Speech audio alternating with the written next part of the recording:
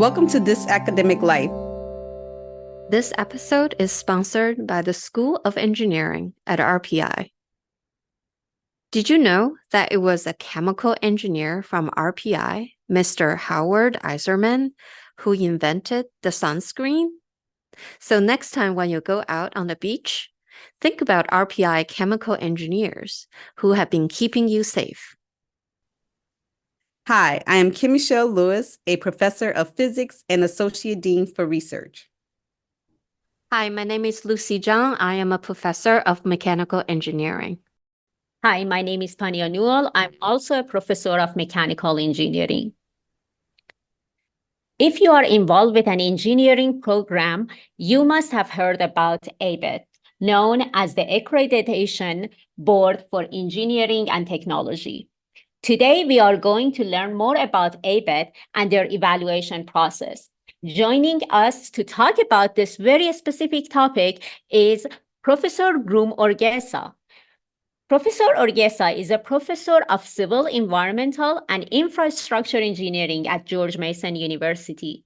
I met Girum more than 20 years ago when I came to the United States. He was a PhD student at the time and the smartest graduate student who could derive any complex equations without even thinking. Beyond doing amazing research, Professor Urgessa is deeply passionate about teaching in STEM and has authored several books and earning numerous teaching awards along the way. Plus, he has been actively involved with ABET, so we figured he would be the perfect guest to fill us in on ABET. So welcome to the show, Girum. Thank you so much for the nice introduction, Pania. And I want to thank Kim and Lucy here as well. Yeah, that's awesome to have you. And can you please start by just giving us a little bit introduction about yourself? I think you have done an excellent job already. The only thing that I would like to add is recently I also have a new additional assignment where I'm serving as the Director of Student Leadership and Success in our College of Engineering and Computing here at George Mason University, where we are starting new initiatives to elevate the student experience. Awesome. So another way of being involved with the teaching, where I guess your passion is. So can you tell us about ABET? Oh, sure. So if you look at ABET, I mean, there's a misunderstanding. So I'd like to clarify it early on. ABET was originally founded as the Engineers Council for Professional Development in the 1930s. And then in the early 1980s, it became the Accreditation Board for Engineering and Technology. Now, the organization continued to expand its accreditation in other areas, such as applied and natural sciences and computing. So for that reason, since 2005, the organization is no longer the Accreditation Board for Engineering and Technology, but it still retains the acronym ABET. Oh, good to know. Thank you. So tell us what motivated you to get involved with ABET. Yeah, so my involvement at ABET actually started at my institution at George Mason. I used to volunteer to serve on academic program review committees. We call it, the shorthand is APR. And APR is a multi-year process in which departments submit a major report measuring their program goals and learning outcomes of their degree programs. This experience really allowed me to work with several faculty across campus, and I really enjoyed that experience. So at the end of my 3-year term as an APR reviewer at George Mason, I decided to continue my involvement in the accreditation space. And of course, getting involved in ABET was a natural progression external to my university. First, welcome and thank you for sharing your experience. This is a little contrary to many of our belief or experience with ABET. I always thought this is, comes with a lot of negativity because it's just so much work. And I do remember back in the early 90s when this all started. Well, I was a student. I was an engineering student, and it was a huge deal at the time. And because no one knew what was going on, what's expected, and what is the whole purpose for this. So things has evolved, I'm assuming, in the last 30 some years with this development of ABET. Can you tell us what is ABET looking for and how this is really enhancing our engineering education? Okay, so I think I'm going to maybe start to talk about how ABET structures itself to help us a little bit better answer this question. ABET currently has 4 accreditation commissions, and these are 1 Applied and Natural Science Accreditation Commission, 2 Computing Accreditation Commission, 3 Engineering Accreditation Commission, and the 4th one is Engineering Technology Accreditation Commission.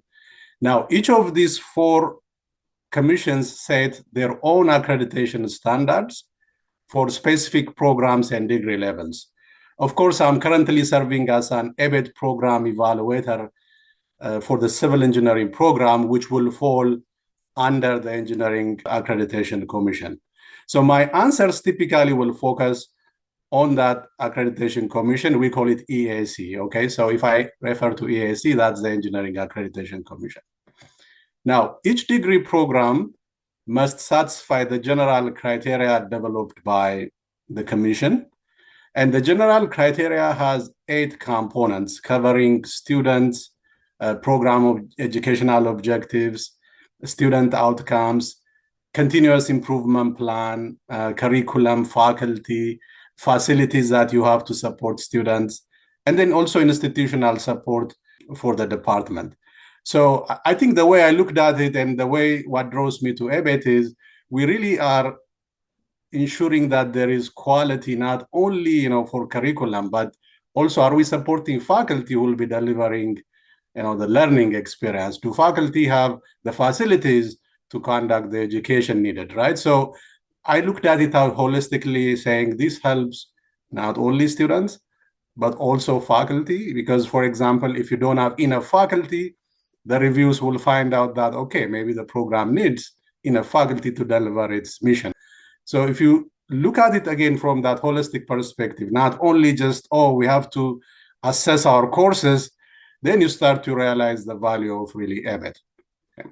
And also, when I talk about this criteria for Engineering Accreditation Commission, it's actually the individual professional societies that develop also the criteria in conjunction with ABET. For example, for my professional society, American Society of Civil Engineers, they develop what's called the program criteria part of the accreditation.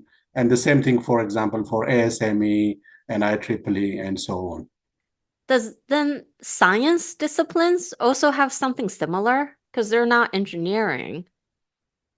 Yeah, so there are many, for example, when you think about construction management programs, they could be accredited under the Natural and Applied Science Accrediting Commission, as long as they satisfy the criteria that's outlined there. So yeah, you have several, disciplines outside of the major traditional engineering fields. For example, computer science will be accredited under the Computing Accrediting Commission of ABET. Okay. Yeah, so several, I think, fields can be accredited under ABET. Interesting. Very complicated, but I see the point. So what are the major steps or the key steps involved in preparing these reviews? Just to kind of give you a reference, I've done it one time myself. I was asked by my department head to help out another faculty who was sick and taking the leave in case I have to step up during the visit and some of the preparation. So I was like completely overwhelmed. Yeah, Lucy, I think, definitely that's a feeling that most people will get. Because if you think about it, the whole review process really takes almost a year and a half. So what I'm going to do is I'm going to try to break it in steps so your listeners can understand what is involved. So the first step is, let's say there is a degree program that's seeking accreditation. They will be applying to ABET to be evaluated. So it's called submitting a request for ABET for evaluation of the degree program. Usually the deadline for that is January 31st. Okay. Now, the second step is for each degree program that wants to be accredited and submitted that evaluation, that degree program has to submit a detailed self-study report demonstrating its compliance with all ABET criteria and policies. So that's where you see programs. We have been taking student outcomes throughout our courses in previous years. We have been hiring faculty, we have been changing curriculum, but we'll put all that together and you have to generate what's called a self-study report. Now that self-study report, preparing it takes quite a bit of a time, but the due date would be on July 1st of that year where you submitted the request for evaluation. Okay. Now, the third step is once the program submits the self-study, we need to have an on-site visit. So there will be evaluators that are coming to site to review your facilities, to talk to faculty members, to talk to students, and also to put the self-study report in perspective, because sometimes you read the self-study report and things may not be clear unless you are on campus, right? So there's a lot of activity between that July 1st and usually these on-site visits happen in the fall semester. And these dates are usually negotiated by ABET and the degree program that's going through accreditation. Now, the on-site visit is usually held from Sunday to Tuesday. On the last day of the visit, the review team will hold an exit meeting with university administrators to read its finding verbally and leave the campus immediately. But the finding that the review team will come up with is really based on the self-study, but as well as interviews with the students. So you see there's a lot of preparation from programs. And I have to admit, that is, a substantial task. So people can be more anxious about the whole process. Then after the review team leaves the campus, that doesn't mean, that's the final finding. There is a due process period that involves back and forth communication between the institution and ABET. In case there is an error, a factual error that, the review committee put, there's a lot of things back and forth. And then the final accreditation decision actually will be made the following year in July of next year at a commission meeting where these decisions are decided at a major ABET. So if you look at it, 18 months process, people can be anxious, but at the end of the day, when you are accredited, you are demonstrating compliance to the criteria, so you will feel very good about it. Maybe they should remove some of the steps, the one that we do self-evaluations. Maybe they should just come and evaluate and then be done, because as Lucy said, it's too much work. But I guess maybe the first step that you said, that it's a self-report, that's what they are trying to prepare. Yeah, so but I'm with Lucy. I think most people, they don't like it because of the large amount of the work and time that it goes into it. Maybe somebody loves it. Well, we did have a faculty that she really liked being involved, and I don't know what was her reason, but she enjoyed coordinating it. And if you think about the whole process is really built around continuous improvement. So whatever you have been doing up to the self-study and the final, let's say, accreditation of finding notification, if you stop doing it and only start to do it a year before your next accreditation, that will not be a good practice. Yeah. So the process that goes into that self-study actually is a continuous process. So, but I understand that, again, it can create anxiety. But the more you look at it from the perspective that, look, there is a nonprofit organization that looks at minimum quality across the country and also even international accreditations, I think you'll feel better about the process. And maybe because I said international, I may jump into and talk a little bit about international accreditation. A lot of faculty will assume that ABET only accredits programs in the United States, but the truth is actually the contrary, where ABET accredits programs also outside of the United States. And the beauty is the accreditation process is exactly identical whether the program resides here in the US or overseas. So the criteria are the same, the process is the same.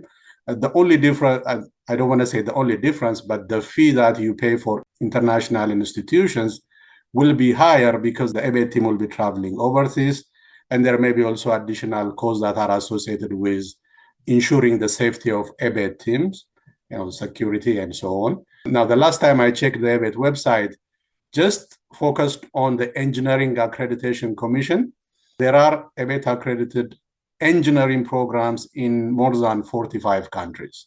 So it's not just a small number. So it's a big number in terms of, number of countries where these programs reside. I had no idea about ABET working overseas. They are only torturing US institutions. I'm just kidding.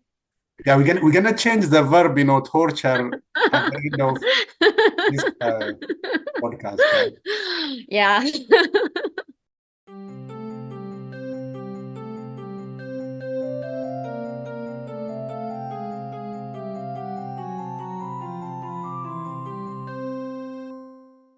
So welcome. I have a few questions already discussed. One of the questions that I had, which was the role that ABET plays internationally. So thanks for jumping right into that. So my next question is, how does ABET accreditation benefit students in their academic and professional careers? Thank you so much, Kimi. I think that's a good question. So if you think about, again, the principle of accreditation, it assures that a degree program meets the quality standards of the profession for which the program prepares its graduates. So when a student receives an ABET accredited degree, employers, and this could be in the industry or in government agencies, they will have the confidence that the student, has made the minimum educational requirement. So it's really a measure of quality.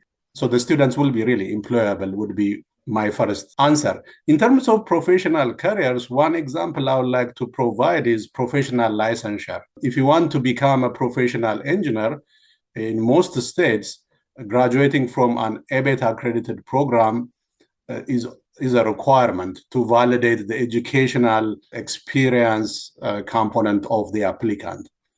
So in the states where non-ABET graduates are permitted to be licensed, usually there is an additional years of work experience that may be required because your degree is not from an ABET accredited program. So I think, again, the students will benefit both from the quality aspect, also career-wise, getting licensure and so on is dependent on our ABET accredited programs. Thank you. So how does ABET address DEI, diversity, equity, and inclusion within the accredited programs? Thank you so much, Kim. That's a timely question. And of course, ABET has a specific web page that describes its commitment to advancing DEI. But also, other than just saying we are committed to it, actually, ABET has started to conduct a pilot study of accreditation reviews that include DEI criteria. In fact, when you look at the webpage, there are more than 185 programs that are participating in this optional pilot study in more than 40 institutions. Now, there was an initial plan to potentially incorporate DEI into what's called the general criteria.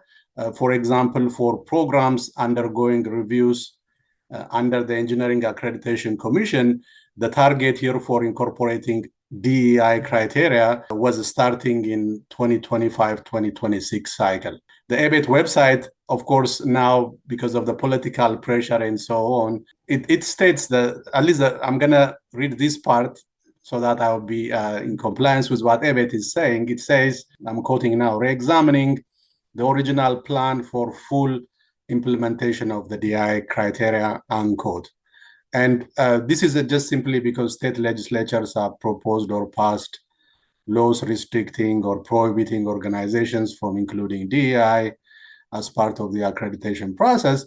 But my thinking is, I think the data that will be collected from the pilot study, I'm pretty sure will be helpful providing feedback whether DEI criteria in the future will be incorporated or not.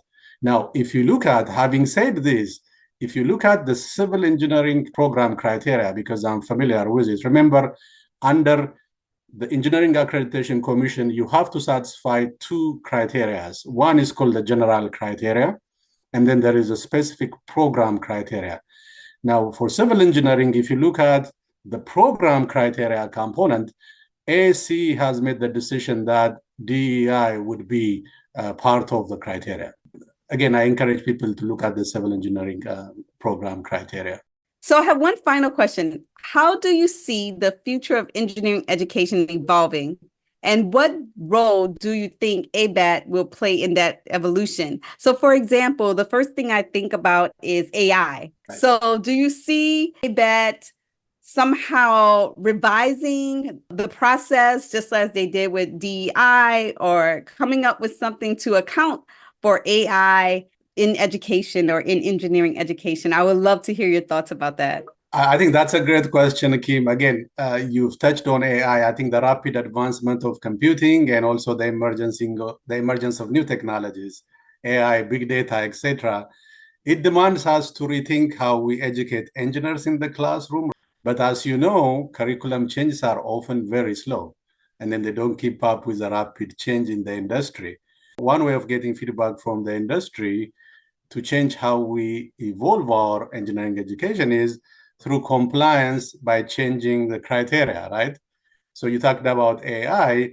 I would anticipate, again, I'm not very familiar with the ABET criteria for the Computing Accreditation Commission, but I would assume that they will be revising to incorporate AI, whether it's in a curriculum requirement or in some other forms. The same thing as we talked about DEI, if that's what the industry wants, and if that's what the professional societies also want to incorporate, they could revise their criteria to incorporate that. So as things are evolving, the ABET criteria will also change. So one thing I have started to do is, in addition to serving on ABET, then I started to ask myself, wait a minute, you know what? I would also like to involve in my own professional society where the program criteria decisions are made. So I currently also serve as a corresponding member on American Society of Civil Engineering. There's a committee called Committee on Accreditation, because I just wanted to see how these criteria are developed. And then on the backside, I'm a program evaluator, kind of enforcing the compliance. So it's very fascinating that, at least on the civil engineering part, there was an extensive involvement of the industry to revise the criteria, and the civil engineering criteria was just revised this year. So for this year, programs that are civil engineering programs that will be evaluated this year, they will be evaluated on a new criteria. Now, that criteria will not be changed every year, because then it becomes disruptive. So there is always a cycle of changing the criteria on X number of years. I truly believe that ABET plays a bigger role, trying to kind of loop in what the industry expects and what the professional societies are expecting from us educators particularly. So, Girum, you talked about ABET structure and the process that they are doing these evaluations. Now, let's just talk a little bit about your personal experience as being a part of the ABET team. I'll be honest with you. Again, my answer may look a little bit different because of the anxiety around ABET. Because I started to do accreditation on my institution internally. I talked about APR earlier at Mason. I started to fall in love with the accreditation process early on, before becoming a program evaluator for ABET. Now, my experience also has been really great. If I start from talking about the ABET teams I have served on, I really have met excellent folks from academia, industry, government, and that professional connection that you make is really invaluable, because it's just not only an academic network that you will have. I have met people who I would not have met otherwise in this setting, and I have kept in touch for other service activities. So, I mean, it has been really helpful for me. And also then when you are on campus, remember, you get a free travel. ABET is a voluntary service. You don't get paid, but the travel expenses are covered. At the institution, you will interview faculty. You actually schedule your interviews early on. You get to select which faculty to interview depending on the self-study. You interview staff, you interview students, and you learn various approaches that programs take to comply with the criteria, because the criteria is broad enough. It doesn't tell you you have to meet it by doing X, Y, Z. So different programs take different approach. You learn about it. You learn how these different programs interact with their advisory boards. You meet with the advisory boards at lunch in one of the days. So if you are a person who likes to interact with folks, learn about different things, I think this is a great opportunity. Yes, there is a time commitment to it, but I strongly believe, this is a great, I think, way, depending on your career stage, for example, if you are in academia, you can take a chance on this.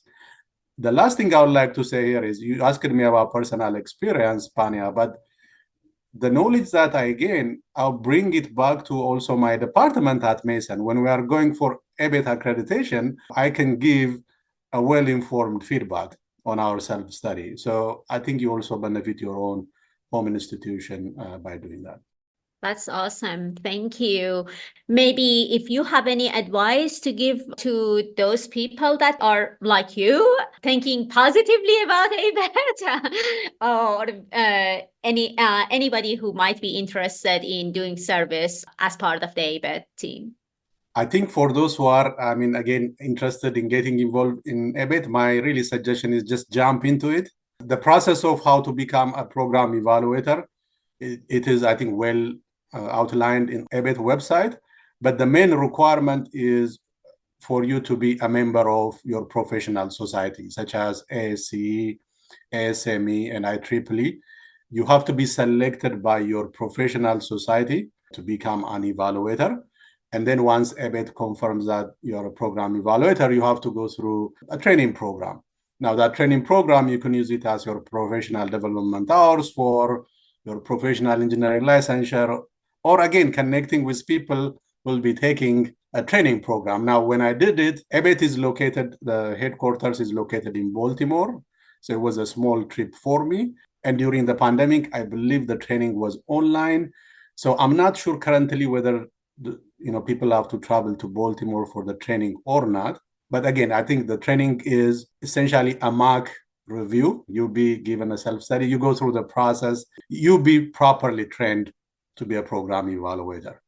And I think I'll also conclude it by saying, really, I have said it earlier, ABET, being an ABET program evaluator is a voluntary service. You don't get paid to do it, but it's really, really gratifying to become part of an evaluation team that ensures the quality and also continuous improvement of a technical education, whether this is engineering, computing, applied science, or even engineering technology. Thank you so much. Any other final thoughts or questions? Can I ask you one question? Absolutely, Lucy. Yeah, so I'm mostly curious, when you do this service, do you get a teaching load relief in some sense? No, for this particular service, I don't get a teaching load reduction. But what I notice is, at least in our department, if you are, let's say, the faculty member that's coordinating the self-study report, the report writing part from the home institution, I think usually the person coordinating it, they may get a course release. In some institutions, they may get even financial compensation like a stipend. But I think for being an evaluator, I don't remember anybody getting a course release for that. That's something voluntary. But in your annual evaluation, the hope is, your department chair will look at this and say, okay, faculty member is involved in a service external to the institution. That will also help, in a way, elevate the institution's name, because in this ABET team, you will have folks from different institutions. By the way, the ABET program evaluators are not only academicians. You have a mix of academicians and people from the industry and people from the government. Yeah, I think I mostly was the meaning for the coordinators, because when I asked to step up during that semester or year, I forgot how long it was, but they said, well, if you do it, you get, I want to say 2 credit, like a half a semester teaching off. Very stingy, but I'm like, I would do it if you do give me 1 course teaching relief. But I think it's a huge amount of service that you're doing for the department, like you were mentioning, for the self-evaluation, Yes. the report. It takes so tremendous amount of effort. Yes. Yeah. Thank you so much, Girum, for talking to us about the ABET process. You're sharing your own experience and then also showing the positive impact So it seems that we are moving through universal educations within some of the STEM programs. Hopefully our audiences benefit from it, and maybe they join the ABET team either at their institutions or as part of the ABET core team. Well, I really want to thank you guys for inviting me. So thank you, Kim, thank you, Lucy, and thank you, Pania, for this great conversation. I really enjoy your podcast. I encourage people to listen to This Academic Life. Thank you so much for listening. We hope you enjoyed this conversation. You can follow us on Facebook and listen to our latest episodes on iTunes, Spotify, or Amazon Music. We'd like to thank our sponsor, the School of Engineering at Rensselaer Polytechnic Institute, for sponsoring this episode. If you're interested in being a sponsor, then please contact us at sponsor@thisacademiclife.org. Join us next time for the good, the bad, and the ugly of this academic life.